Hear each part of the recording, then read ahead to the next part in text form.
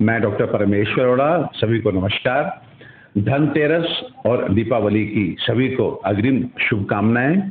स्वास्थ्य के देवता भगवान धन्वंतरी, समृद्धि की देवी माँ लक्ष्मी की कृपा हम सब पर बनी रहे।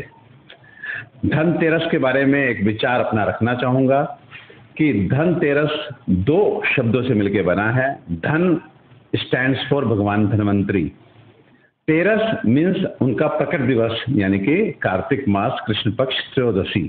तो धनतेरस मतलब स्वास्थ्य के देवता भगवान धन्वंतरी की प्रकट दिवस त्रयोदशी। लेकिन न जाने कब हमने इसे बर्तन खरीदने का पर्व बना दिया, इसका व्यवसायीकरण कर दिया, सोना चांदी हम घर में लाने लगे। तो एक चिकित्सक होने के नाते आपको सलाह देना चाहूँगा कि धनतेरस का असली मतलब है कि स्वास्थ्य के देवता को प्रसन्न करना, एक ऐसा प्रण लेकर के जो आपके स्वास्थ्य को अच्छा करे। जैसे हम नित्य योग करेंगे, हम नित्य व्यायाम करेंगे, हम अपने खाने पीने में जो भी त्रुटि है उसको हम सही करेंगे। अगर आप ऐसा करते हैं, ये प्रण लेते हैं, तो वास्तव में आप धनतेरस मना रहे हैं। ये बर्तन खरीदने से भगवान धन्वंतरी मुझे नहीं लगता कि प्रसन्न होंगे और हमें आशीर्वाद देंगे। जब दीपावली की बात करते हैं तो कहीं ना कहीं ये जो पर्व है, ये पर्व माँ लक्ष्मी के प्रकट दिवस का दिवस है दीपावली।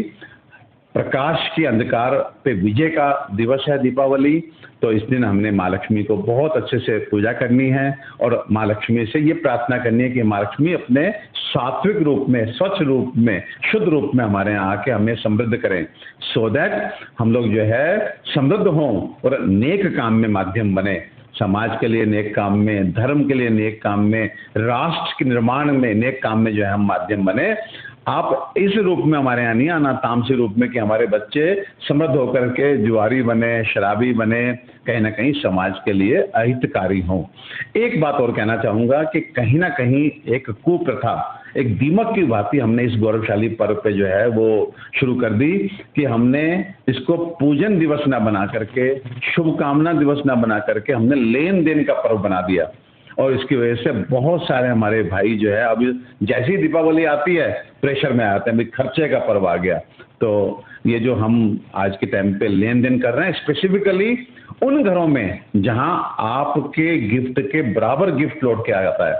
आप एक डब्बा देते हैं, एक डब्बा वापस आता है, आप 2 डब्बे देते हैं, 2 डब्बा वापस आता है, कहीं ना कहीं मूल्य की बराबरी करके आपको रिटर्न गिफ्ट आते हैं। वहां पर मुझे लगता है कि अब समय आ चुका है कि हम अपने इस लेन देन को सीमित करें।